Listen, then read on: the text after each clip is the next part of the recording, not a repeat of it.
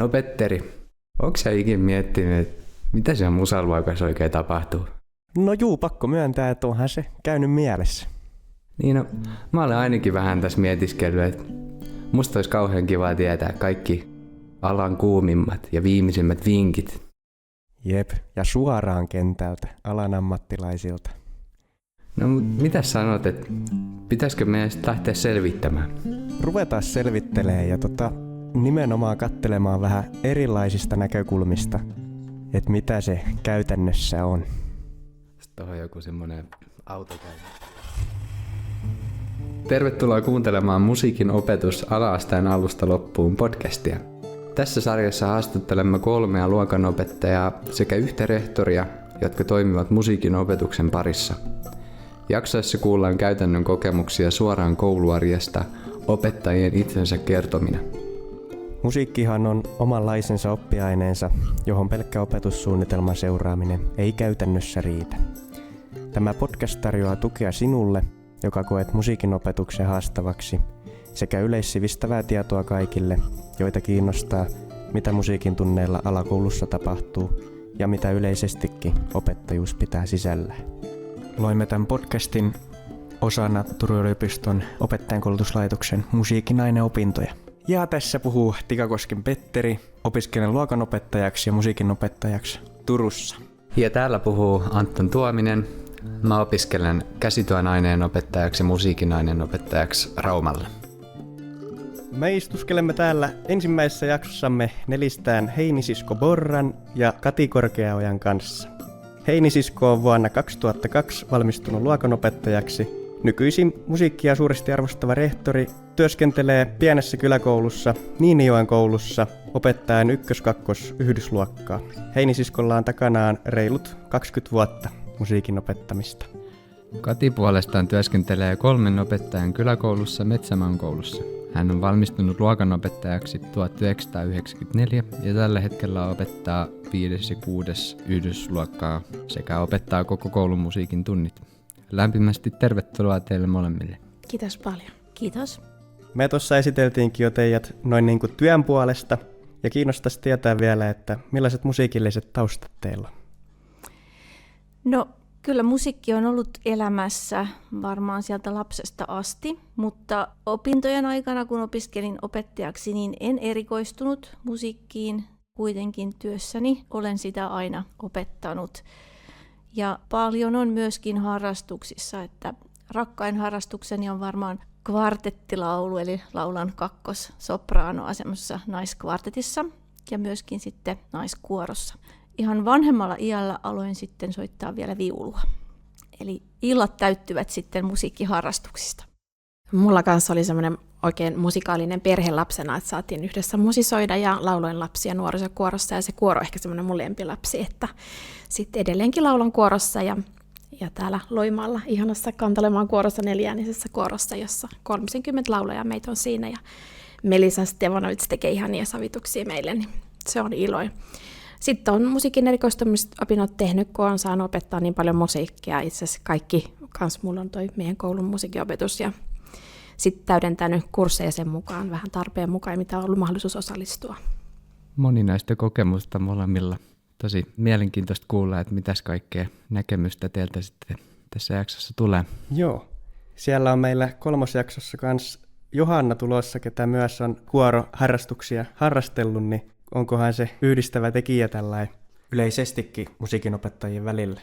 Musta on tosi hieno harrastus ja tosiaan saanut itsekin kanttorin kanssa pitää täällä lapsikuoroa, jippikuoroa ja se on niinku jotenkin tämmöistä yksilöä korostavana aikana semmoinen yhdessä tekeminen ja yhdessä laulaminen, niin kuin musiikissa muutenkin yhdessä soittaminen, niin musta se on ihan huikea juttu. Kasvattaa semmoista yhteisöllisyyttä. Ja samaa mieltä, niin. Että olen käynyt myöskin laulutunneilla, että ihan niin kuin yksin laulua, mutta kyllä se niin kuin ryhmässä laulaminen on kivempaa. Että. Ja se pitää varsinkin musiikin oppitunneilla opettajien muistaakin, että yhdessä touhutaan. Yhdessä tekeminen, se on aina mukavampaa näin. Opettaja.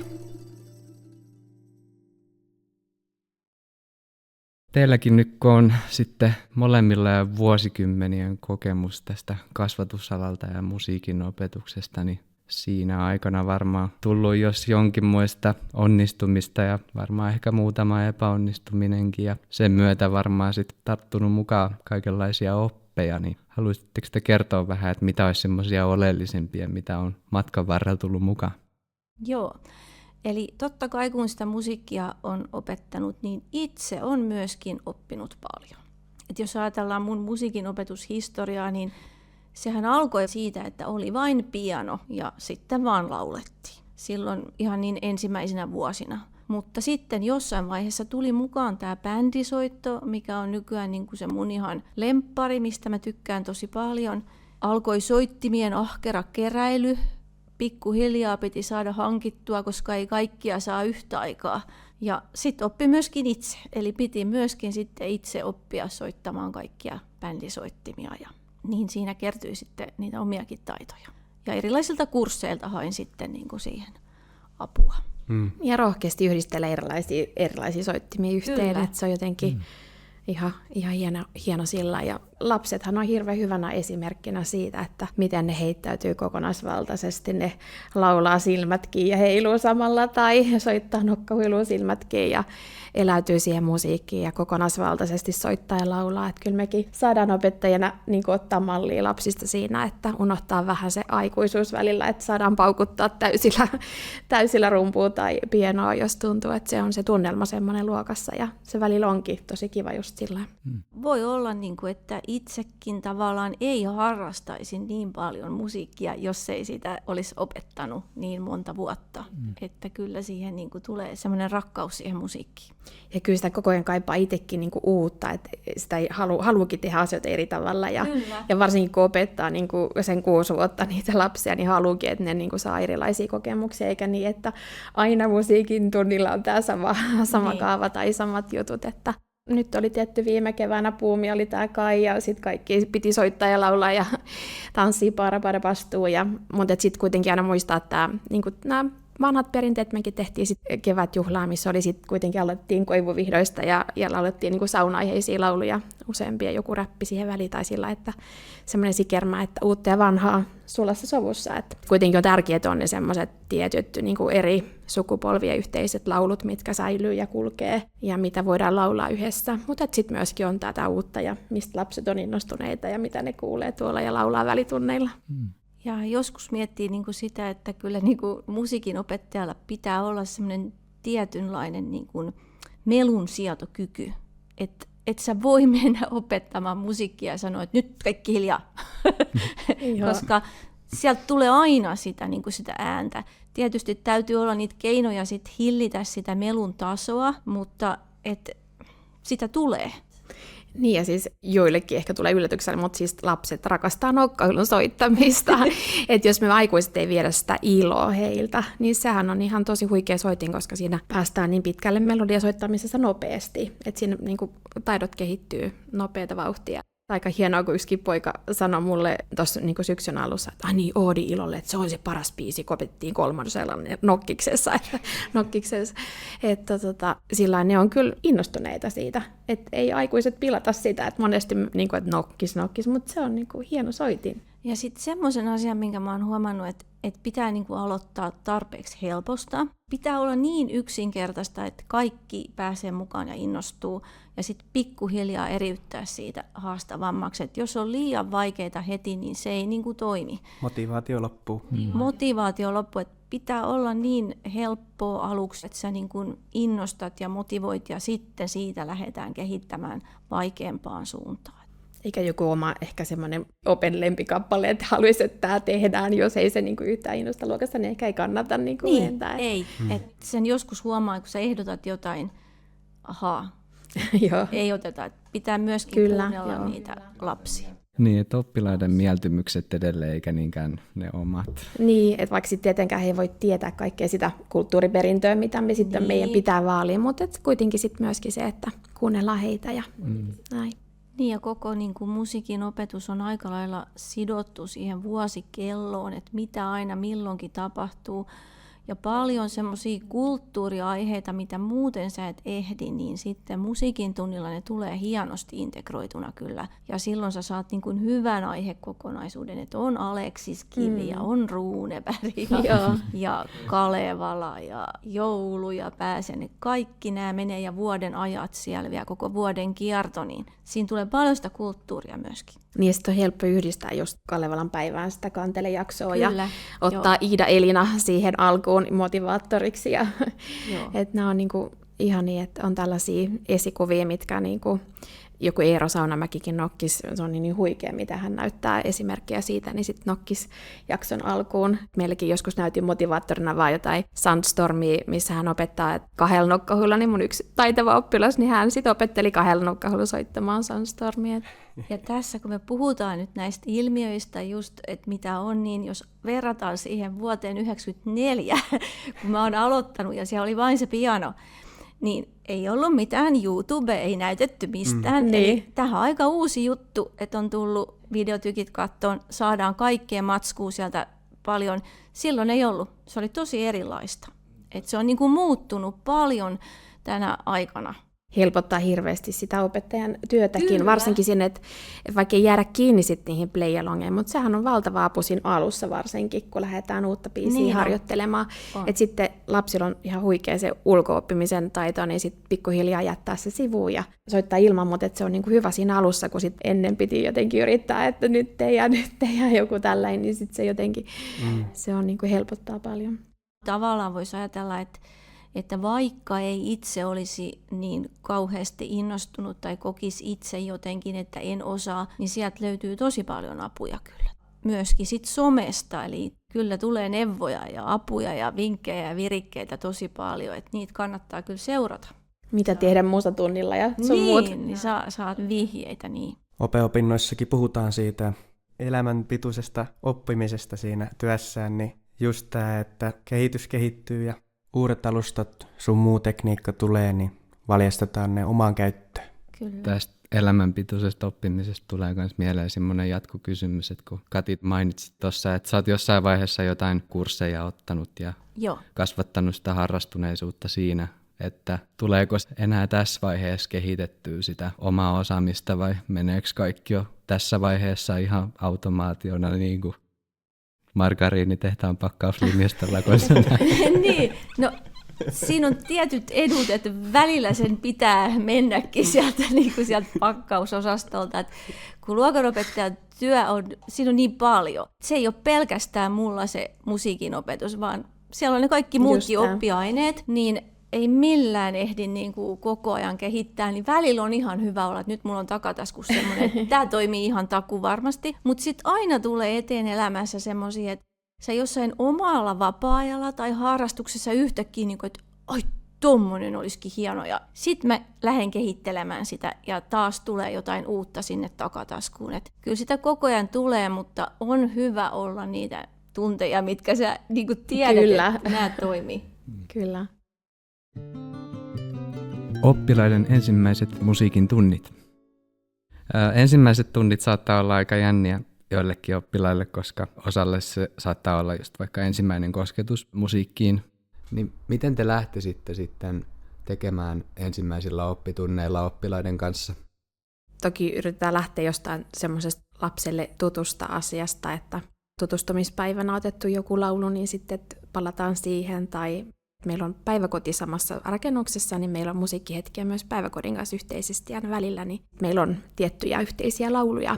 Ja nytkin meillä oli syksyllä semmoinen yhteinen musiikkipaja, mitä mä pidin siinä, niin lähdettiin ihan laulaa jotain perinteistä lastenlaulua ja tehtiin matka kuuma-ilmapallolla ja sitten meillä oli lankarulla muoviputket, niin ne oli meillä sitten kuiroina ja rumpuina ja sitten ne oli siellä kiikarina, kun oltiin siellä korkeuksissa, niin sitten katteltiin niillä. Ja semmoinen leikillisyys ja sadullisuus ja semmoinen pienillä lapsilla, ne lähtee niin hienosti mukaan semmoiseen. Ja totta kai sitten meillä on semmoinen rauhakissa luokassa, niin sitten se oli vähän jännitti lähteä sinne, niin sitten sitä sai muut tsempata, niin sitten ne, ketä vähän jännittää, niin sitten voi lähteä mukaan. Siellä oli yksi todella pieni varmaan 2 vuotta alle, niin hän sitten, kun hän oli siinä ohjaajan sylissä, niin 3. kerralla jo oli ihan täysillä mukana kaikessa, mitä me tehtiin. Että se ajan antaminen niin kuin lapselle ja semmoinen lähdetään niin kuin totusta liikkeelle.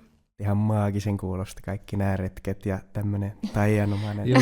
Ja sanoiko sä jostain paperirullista tai jotain kuiroina käytit? Niin siis tuommoisia lankarullien niitä sisäputkia, semmoisia muovia, niin sehän on semmoinen, kun siinä on röpyläinen pinta, niin sitten oli semmoiset puukepit, millä me sitten soitettiin. Ne oli kuiroja ja sitten ne oli kiikarit myöhemmin ja sitten ne oli rummut ja niihin vähän rummuteltiin. Joo, tuommoisena välihuomioina toikin äärimmäisen tärkeä taito varmaan. Jokaisesta musiikkiluokasta varmaan kaikkea kuitenkaan aina löydy, niin ton tyyppinen soveltaminen. Mielikuvitus on rajana. Ja sitten jos on paljon lapsia, niin ei sitten välttämättä ole niin montaa kuiroa, mutta sitten on tommosia aina, mitä voi tehdä. Ja rytmikapuloita voi tehdä vastaavasti. Ja sitten ihan tosi kivat, jotkut, mullakin on paljon organsahuiveja, niin ne on tosi hauskaa, ne voi olla milloin mitä vaan, että niitä voi käyttää vaikka miten sitten tanssien, mutta että niistä voi tehdä nytkin. Ne oli sitten meillä se iso pallo, mihin me puhallettiin ilmaalle, että saatiin se liikkeelle ja mielikuvitus vaan rajana. Mulla on semmoinen laulu, millä aina joka syksy aloitetaan 1-2-luokan kanssa, eli tutustumislaulu, että jos sun nimes alkaa alla, nosta kätes vilkuta. Ja sit se lähtee. Jos sun nimes alkaa alla, nouse ylös huiskuta. Mun nimi alkaa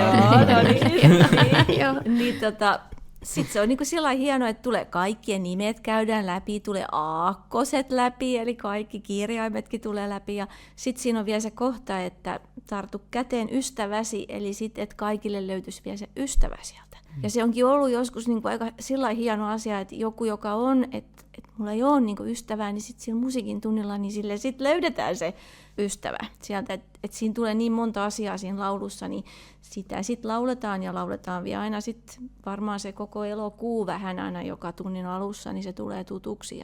Ja sitten pikkuhiljaa aletaan niinku rytmisoittimia ja sitten semmoista niinku hakemaan sitä semmoista perussykettä. Että jotenkin tuntuu, että se kestää jonkin aikaa ennen kuin kaikki löytää sen, että yhdessä kuunnellaan ja pitää mennä yhtä aikaa. Ja ei ole ihan helppo, vaikka kuulostaa niin kuin yksinkertaiselta. Ja sitten semmoisia lyhyitä, tuttuja lauluja, ja sitten kun lähdetään soittamaan, niin semmoisia lauluja, missä on vain vähän sointuja. Voi olla jopa yhden soinnun kappale, että sitten sä saat sitä samaa sointua sit soittaa. Ei sun tarvitse osata vaihtaa. Ja värit auttaa tosi paljon, että jos on boomwackersit ja sitten on vaikka kellot ja laatat, missä on samat värit, niin sit sillä pääsee jo ihan pienten kanssa soittamaan. Että ne on niinku ihan tosi pienten kanssa, voida lähteä niitä soittamaan. Ja kantele, se on myös hyvä jo pienten kanssa. On. Kyllä varsinkin, kun siinä kohtaahan ne kirjaimet onkin uusi juttu, mutta ne värit on opittu jo vähän sieltä kauempaa. Niin, kyllä. Tuohon ryhmäyttämiseen se musiikin tunti tarjoaakin tosi hyvän tilan, jolloin oppilaat harjoittelee sosiaalisia taitoja, niin esimerkiksi niiden lisäksi millaisia taitoja olette harjoitellut siellä ala-asteen musiikin opetuksen alkutaipaleella? No ihan odottamista ja tämmöisiä peruskeskittymistä, muistia, että lapsethan oppii tosi nopeasti kaikkea ulkoa, laulun sanoja ja muita. Tietysti jos ei lukeekaan, niin se on niinku, siitä lähdetäänkin liikkeelle, mutta sitä kannattaa hyödyntää myöhemminkin, että opetellaan ulkoa lauluja ja niihin sit päästään paljon paremmin sisään niihin kappaleisiin. Sitä yhdessä tekemistä, yhteistyötä, toisen kuunneltelua, ei niin, että joku soittaa täysillä koko ajan, vaan vuorottelua. Paljon käytän sitä, että kun on useita säkeistöjä vaikka jossain lyhyessä laulussa, niin sitten vähän valitaan, että mikä soitin sopisi vaikka tähän säkeistöön, kun tässä kerrotaan tämmöistä asiaa.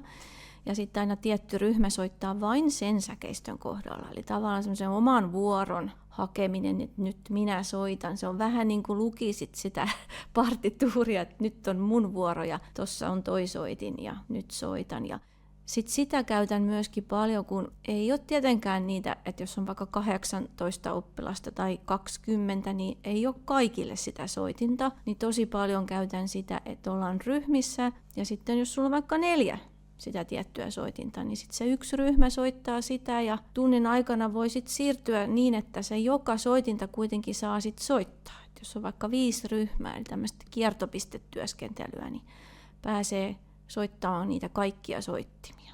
Jos on vain 1 rummut, kaikki haluaa niitä soittaa, niin sille tulisi se hetki siitä tunnista, että sitten sä pääsisit sinne. Ja sitten kun tuosta oli puhe tuosta taidosta, niin myöskin se, että sä opetat sitä toista. Et monta kertaa voin sanoa, että nyt kun sinä olet soittanut sitä ukulelea, niin kun annat sen sille toiselle, niin näytä, mihin laitat sormet. Koska mä en voi itse käydä kaikille näyttämässä, niin tosi paljon ne opettaa sitten toisia, että ne oppii ihan siihen. Jopa ilman niin kuin pyytämättä niin menee ja ne näyttää, että katso tästä näin, tätä näin ja näin pidät. Että tulee paljon sitä toisen neuvomista. Joo, tämä on varmasti tosi hyvä keino siinä, että oppilas pääsee näyttämään kaverille sen, että niin. miten se homma hoituu, niin se jää itsellekin varmasti paljon paremmin mieleen siinä samalla. Oikein hyvän kuulonen kikka. Joo. Tässä kun on noussut keskustelussa paljon tämmöisiä piirteitä, mitkä esiintyy tässä musiikin oppiaineessa, kun on vuorovaikutus just ja itsensä ilmaisu ja esillä oleminen jollain tapaa, mikä sitten toisaalta edellyttää semmoista luottavaista ilmapiiriä sinne musiikin luokkaan, niin miten te sanoisitte, että miten te lähdette luomaan tämmöistä luottavaista ilmapiiriä sitten? Iloita ihan pienistä onnistumisista ja yrittää sitä positiivista palautetta ja taputetaan. Ja siinä tulee musiikissa niin helposti semmoista vuorottelua, soolotuttia ja semmoisia just näitä, niin kuin Kati selitti, että on joku ryhmä esittää jonkun tai jollakin porukalla on joku välisoitto tai muuta, niin sitten niin kuin aplodeerataan ja ollaan sillain kannustavia, että se semmoinen myönteisen ilmapiirin luominen, niin yhtä lailla musiikin tulee tosi tärkeää ja sellainen toisten huomioiminen. Kyllä. Kannustaminen on tosi tärkeää ja sitten tietysti se, mitä mä varmaan tuossa aikaisemminkin sanoin, että ei saa lähteä liian vaikeasta liikkeelle. Että tulisi niitä onnistumisia, että sä voit kehua, niin pitää olla tarpeeksi helppoa. Ja sitten pikkuhiljaa siitä sit yrittää lisätä haasteita. Ja voi olla jonkun kohdalla, että se vaan jää siihen helppoon. Kaikille ei ole niin suurta mielenkiintoa, mutta sekin on niin kuin hyväksyttävää, että jos sä osallistut ja sä oot mukana, sä voit nauttia siitä, kun se kuulostaa ihan hirveän hyvältä, kun siellä on ne muut, jotka tekee. Kyllä. Niin. Ja sulla on se vaan sitten se sun oma juttu siellä. Ja joku voi soittaa yhtä sointua ja joku soittaa montaa sointua, että se ei haittaa. Joku osaa vaihdella ja joku pysyy siinä. Meillä on musiikkivälitunnit. Eli 3. luokasta lähtien saa varata sitten listasta itselleen musiikkivälitunnin ja kavereille, niin ne on sillain hienoja, että sit siellä sä pystyt tavallaan harjoittelemaan niin, että sä et koe sitä ryhmän painetta. Moni oppii soittamaan rumpuja sen takia, että ne soittaa siellä välitunnilla. Kun sit siellä tunnilla se aika on niin pieni ja sit kaikki muut vielä kuuntelee. Mutta tässä on riskinsä, että meillä tehdäänkin jotain muuta täällä, kun täällä ei kuitenkaan kukaan valvo. Sitten on näitä aikoja, että laitetaan musiikkivälitunnit tauolle, ettei olekaan homma toiminut. Ja pitää luottaa, että ei mene soittimet hajalle. Mutta niin kauan kun se toimii, niin se on ihan mahtavaa, että sä voit soittaa, sä nautit siitä ja ei ole semmoista ryhmän painetta, niin sit sä uskallat siellä luokassakin. Se on tosi hieno, jos tämmöisen pystyy säilyttämään. Mutta vaikeaa voi välillä olla. Niin ja sitten semmoinen niin tämä vastuuttaminen, kyllähän se kantaa, että sitten kun luottaa, niin meilläkin on sellaiset tilat, hyvät tilat, että mä pystyn jakamaan ihan oppitunneillakin eri tiloihin soittamaan porukoita, niin sitten se luotto on siinä kans tärkeä. Mutta sitten on ihana, nytkin meillä on musikaalikerho, oppitunnilla harjoiteltiin kappaletta, ensin yhdessä laulamaan ja kaikki soitti ukulele ja sitten nämä oli 5-6 ja sitten vähän jaettiin porukkaa, että ketkä halusi tehdä koreografiaa siihen ja ketkä halusi olla se bändi siinä. Niin sitten nämä, jotka tämän koreografian teki, niin ne oli sitten 6 välkkää käynyt harjoittelemassa vielä siinä niin kuin musiikkituntien välillä. Ja se oli ihan huikea. Että kyllä siellä oli vähän roska silmässä sit, kun he oli niin kuin, että kyllä he kun saa niin kuin vastuuta, niin he myös ottaa sen ja he hoitaa. Ja se on niin kuin tärkeää, että se on niin kuin ihanaa. Ja tulee sitä pitkäjänteisyyttä. Niin. Tästä tuleekin ihan muistot mieleen, kun pääsin aikoinaan kutosluokkalaisena juontamaan kevätsoitantaa. Heti kun se musiikinopettaja sitä kysyi, niin tuli sellainen vastuuntunto ja se motivaatio nousi ihan taivaisiin ylipäätäänkin musiikkiharrastuksiin liittyen, niin kyllä se täytyy opettajien muistaa. Niin se on ihana, kun ne lapset ottaa niin kuin omakseen ne jutut ja niin kuin se on kaikille tärkeä ja sitten ne rupeaa niin kuin mullekin, että hei, meidän pitää kyllä saada vielä harjoitella lisää tätä joku älkkäjä sillä, että se on niin kuin, he ottaa siitä semmoisen niin kuin että se on heidän juttu ja haluaa tehdä se hyvin. Kyllä. Kouluarki. Mietitään sellaista yhden oppitunnin rakennetta. Niin miten te olette teidän perinteistä oppituntia lähtenyt rakentamaan?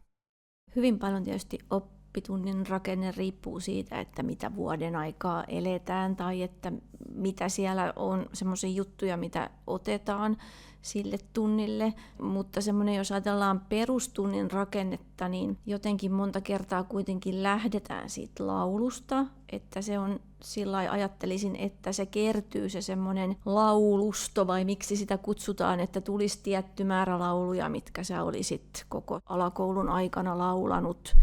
Ja sitten siirrytään jossain vaiheessa sitten soittamaan, että aina sitten on sitä soittoakin.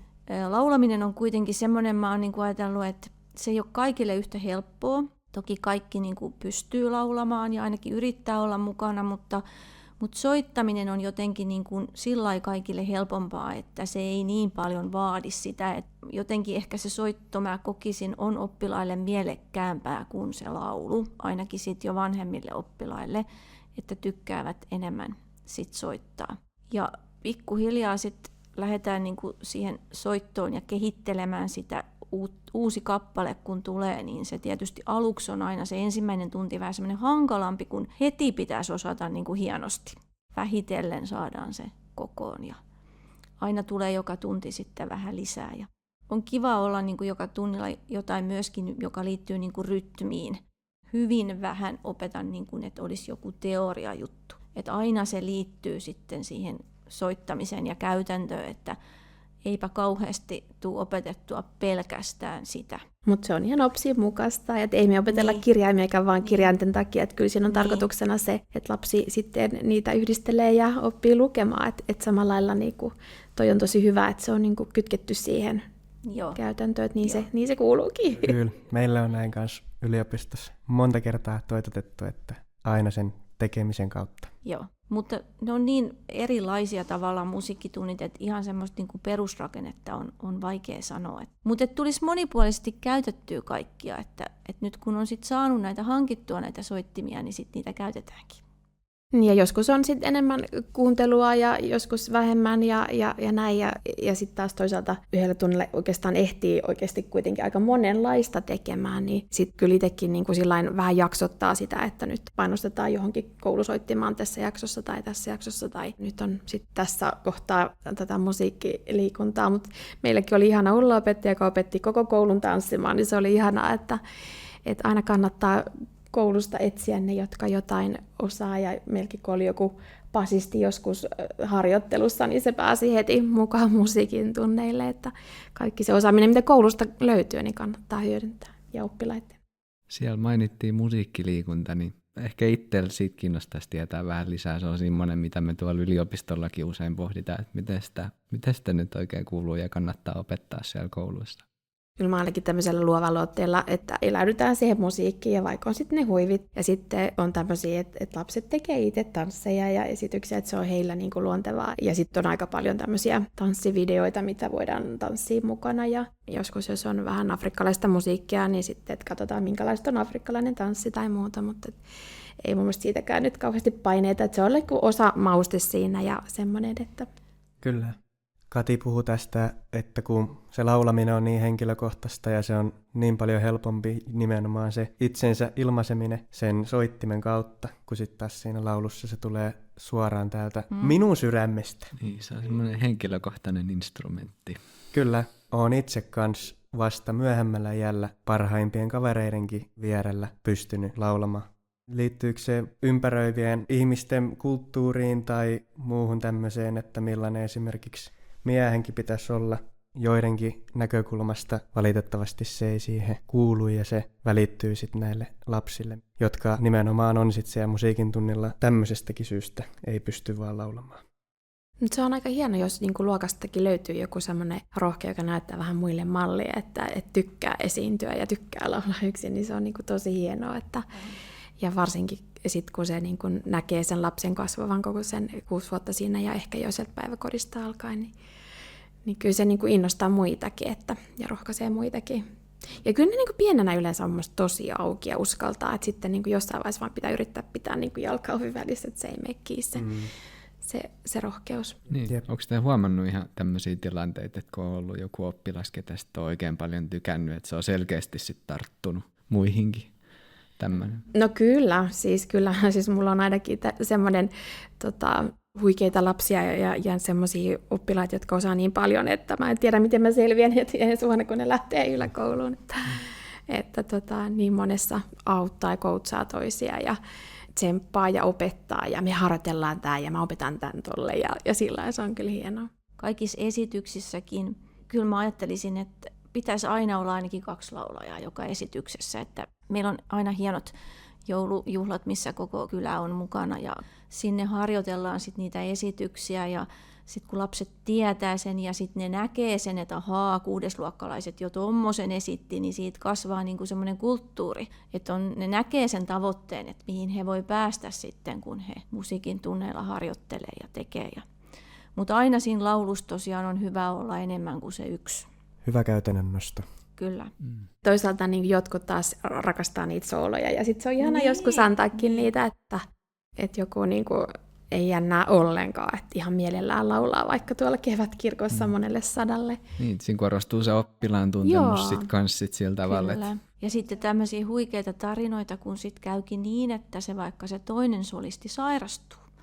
Meillä on keikka ja onkin vain se 1 laulaja ja mä vähän sitten jännitän jo, että miten tässä käy, niin hän selviytyi ihan loistavasti. Että sitten on tämmöisiä tilanteita, että sitten tulee se rohkeus ja sitten opettajanakin siitä sit iloitsee, että hieno juttu. Moni painii etenkin musiikin tunnilla sen luokan hallinnallisen puolen kanssa, että ylipäätään ehditään tekemään asioita, kun kaikki on yhtä lailla mukana. Niin mulla on itsellä esimerkiksi toiminut tosi hyvin, kun soittimet jaetaan, niin ihan semmoinen minuutin mittainen kokeiluhetki.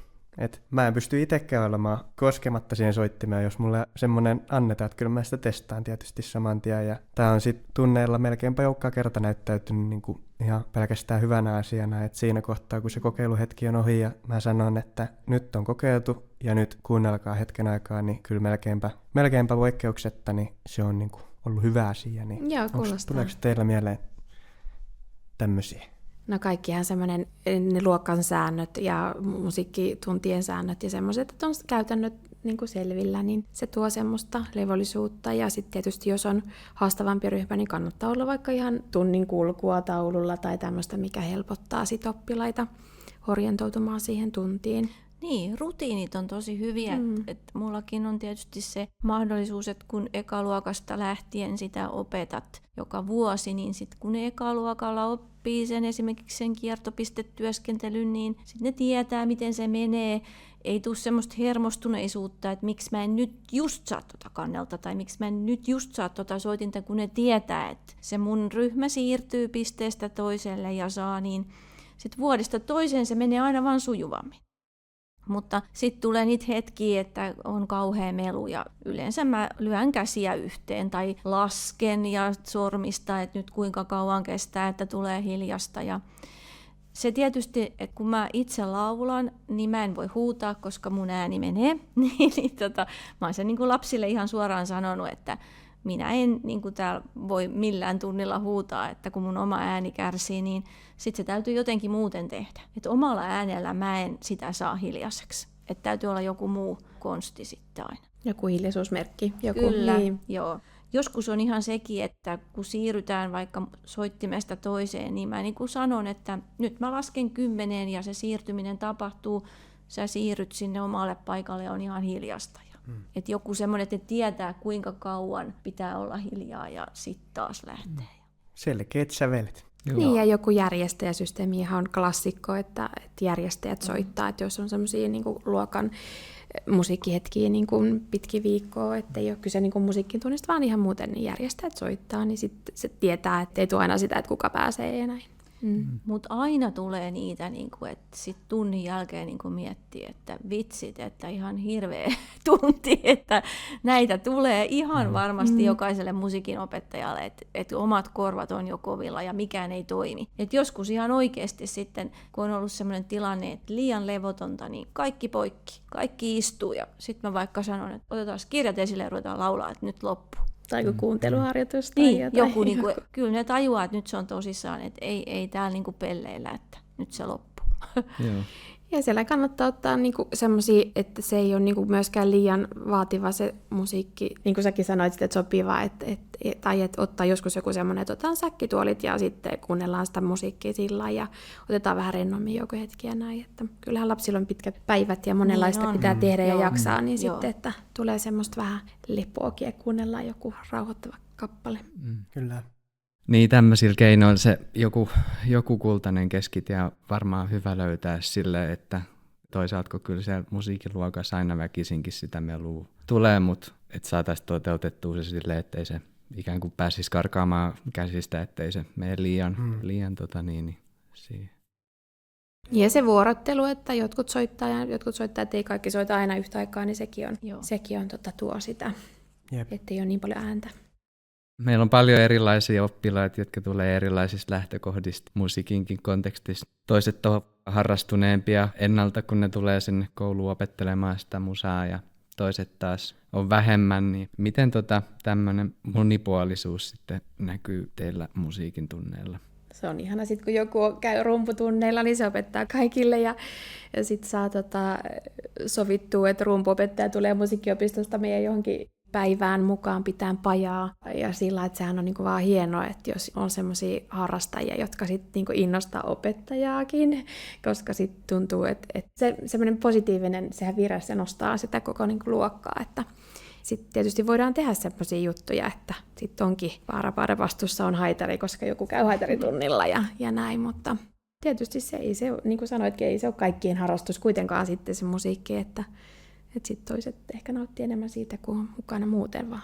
Joo, on hieno, että musiikki on omana oppiaineena alakoulussa. On mun mielestä tärkeää, että se myöskin arvioidaan, koska tästäkin on välillä puhuttu, että näiden taitoja tai aineiden arviointihan ei ole helppoa, mutta tavallaan arviointi mun mielestä kuitenkin lisää sitä sen oppiaineen arvostusta. Ja sitten joku semmoinen oppilas, joka ei ehkä muuten kuitenkin sitten pärjää esimerkiksi matemaattisesti tai kielisesti, hän voi ollakin sit musiikissa tosi hyvä, niin hän siitä saa sitten sitä omaa itsetuntoa. Ja musta tuntuu, että oppilaat kyllä tosi paljon arvostaa, että ne huomaa näitä taitoja toisissaan. Ja se on niinku sit hieno juttu, jos joku soittaa jonkun vaikka yhtäkkiä pianolla tai oppiikin rummuissa, niin kaikki katsoo, että onpas hienoa, että se oppii.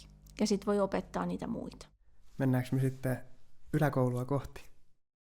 Mennään yläkoulua kohti. No, nyt tässä ollaankin jo liikuskeltu pitkin poikin sitä alakoulutaivalta, vähän käyty siellä ensimmäisissä oppitunneissa ja vähän sitä arkea päästy kuulemaan. Niin sitten kun ne oppilaat siirtyy sinne yläkoulun puolelle, niin millaisilla valmiuksilla te kouluissanne pyritte lähettämään heidät sinne? HUPSin tavoitteet on ihan hyvät, niihin me tietysti pyritään, että totta kai. Sehän on se kaiken lähtökohta, mutta toki niitä reittejä on monia, miten sinne, ja ne painotukset vähän ja riippuu hirveästi ryhmästäkin, että minkälaisia juttuja tulee painottaneeksi, että jonkun tosi laulavaisen porukan kanssa voidaan mennä vaikka moniäänisyyttä hiukan, että enemmän, niin kuin, ettei jäädä vaan kanoniin tai johonkin tällaiseen, ja sitten, että mikä soitin milloinkin on vähän enemmän pinnalla tai mitkä laulut, ja se porukka hirveästi vaikuttaa siihen, että miten. Se olisi tietysti ihanaa, jos kaikilla, jotka sinne yläkouluun lähtee, niin olisi kuitenkin ne hyvät muistot siitä musiikista. Että semmoinen niin kuin positiivinen asenne ihan sitä musiikin oppituntia kohtaan, että voisi ajatella, että on kivaa, koska pitää olla myöskin se keino rentoutua. Että nykyään niin kuin voi olla aika kovat paineet joissain oppiaineissa ja sun pitää lukea kokeeseen ja sanakokeeseen, niin musiikki voisi olla myöskin sitä mielen hyvinvointia. Mutta itsellä on aina, niin kuin, että haluaisit kaikki vaikka oppisi sen perusbiitin rummuilla ja sit sä mietit sun kutosia, että joo, no melkein kaikki osaa, mutta ei ihan kaikki vielä, mutta näinhän se on, että ei kaikki saavuta ihan samoja tavoitteita, mutta itsellä voi olla joku semmoinen niin kuin halu, että haluaisit, että ne tietäisi, mitkä on basson kielet. Ja että jotain tämmöisiä tiettyjä juttuja, mitkä ajattelisi, että sitten sen 6 vuoden aikana olisi tullut. Tämä on kyllä tärkeää, kun mainitsit nuo ihanat muistot, että se on kyllä varmaan semmoinen, mikä kuitenkin loppupelissä ehkä ratkaisee sen, että ottaako se oppilas yläasteella vaikka valinnaiseksi sen musiikin. Ja ottaako ne yksittäiset opit musiikin tunneilla sitten jatkossa vastaan. Kaikki tärkeät opit, niin kuin sosiaaliset taidot ja tunnetaidot edelleen. Ja aika paljon myöskin musiikin kautta tulee sitä esiintymistä, sitä rohkeutta olla niin kuin esillä. Että sitä kuitenkin jokainen varmaan niin kuin sit tulevaisuudessa, kun aikuistuu, niin työelämässä tarvitsee, että pitää osata olla esille ja ilmaista omia ajatuksia. Niin se, että sä oot sit kuitenkin ollut siellä lavalla ja esiintynyt ja tehnyt jotain, niin kertyy sitä, ettei se ihan niin hirveästi jännittäisi joka kerta. Jep, tuli kans mieleen, että kun mä aloitin rummuilla aikoina, tälleen myöhemmin sit ottanut muita soittimia haltuun, niin musta tuntuu, että pianosoittotaito vaatisi vielä hiukan kehitystä. Mutta mun ei tarvi sitä tahdittelupuolta pahemmin kehittää, koska mun raajat on jo vähän niin kuin tottunut siihen, että mä käskytän niitä tiettyihin aikoihin osumaan. Niin ylipäätään, miten nämä soittimet toisiaan auttaa, niin ne syvällisemmät arkeen liittyvät opit auttaa myös sitä kaikkea muuta elämää, työelämää, perhe-elämää, kaikkia noita elämän osa-alueita ihan varmasti. Eikö? Kyllä. Musiikki on lääke kaikkeen. On. Itsekin menin varmaan pianotunnille 7 vanhana ehkä. Olin todella laiska, siis en paljon harjoitellut. Ihan sinne lukioon asti sit kävin niillä pianotunnilla ja jonkin verran opinkin. Ja sitten vasta niin kuin aikuisena törmäsin tähän, että mun tuleva mieheni tulikin käymään ensimmäistä kertaa ja kysyi, että soitatko pianoa? Joo. No sitten mä soitin jonkun kappaleen, sitten hän itse istui siihen. Ja siitä sitten lähti motivaatio, että sen jälkeen mä opin soittamaan paremmin. Että sitä ei koskaan tiedä, mistä se tulee sitten se motivaatio. Piti oppia kuitenkin. Joo. Mennäänkö me meidän päätöskysymykseen? Mennään. Joo. No mitäs teillä olisi sanottavaa tällaiselle luokanopettajalle, joka kokee epävarmuutta musiikin opetuksesta? Mulla oli kerran yksi oppilas, kun se ei ollut vielä varmaan monta kertaa bassoa soittanut, ja sitten se sanoi mulle, että että miltä kuulostaa noin niin kuin aloittelevaksi basistiksi. Ja se oli jotenkin musta ihan huikea hienoa, että hän oli musiikillinen identiteetti kohdallaan, että hän on aloitteleva basisti. Että jotenkin semmoinen lempeä puhe itselle opettajana, niin se on varmaan kaikille meille tärkeää. Että me ollaan aina keskeneräisiä elämässä ja niin kuin aina on uutta opittavaa, mutta kuitenkin iloitaan niistä niin kuin lastenkin vahvuuksista, niin samalla lailla omista vahvuuksista. Ja niitä voi lähteä kehittämään ja menee hyville kurssille. Nyt on kaikkea tosi paljon hyviä mahdollisuuksia, että kannattaa etsiä itse kiinnostavia kursseja, niin pääsee pidemmälle. Ja avoimessa taideyliopistossa kivoja kursseja ja monia mahdollisuuksia. Nykyään jotenkin löytyy tosi paljon kyllä, että vaikka ei itse harrastaisi sitä musiikkia, niin sieltä löytyy sieltä netistä niin paljon, sieltä YouTubesta sitä materiaalia. Löytyy noi putket, noi boomwackerit, mitkä on helppoja ja kaikki body percussion jutut ja sitten on noille rytmisoittimillekin vaikka mitä. Materiaalia on paljon ja neuvoja voi siellä somessa pyytää ja saada vinkkejä, niin lähtökohdat on hiukan eri kuin ehkä silloin 30 vuotta sitten, että on tullut paljon semmoista, mihin on helppo lähteä mukaan ja kaikki löytyy, että sun ei tarvitse osata itse soittaa. Ja hyviä kirjasarjoja, missä on paljon hyvää materiaalia, että ihan sieltä löytyy. Niin toi itseopiskelu on tänä päivänä kyllä ihan valtava helppoa, että se on kyllä varmaan semmoinen, mitä kannattaa hyödyntää. Mutta semmoinen ehkä niin jotenkin ajattelisin, että pitää olla semmoinen, että sä itsekin siitä tykkäät. Niin. Et jos sä yrität opettaa jotain, että sä jo tiedät, että mä nyt tästä oikein itse tykkään, mutta opetan nyt kuitenkin, niin mahtaakohan se onnistuu. Että pitäisi itse löytää siitä semmoinen, että tämä on mun juttu ja mä tykkään tästä itsekin, niin se oma asenne ja innostus tarttuu sitten niihin oppilaisiinkin. Kyllä ne helmihetket monesti, mitä miettii niin kuin omaltakin työuralta, niin liittyy jotenkin monesti tämmöisiin musiikkihetkiin, että ollaan oltu jossain laulamassa lasten kanssa tai soittamassa jotain, niin se yhdistää, se yhdessä tekeminen. Kiitos Katja Heini-sisko arvokkaista vinkkeistä ja näkemyksistä. Kiitos kivasta keskustelusta. Kiitos, te olette varmasti ihan huippuopettajia. No. Vielä joskus. Niin. Ja hyvää yötä Suomi.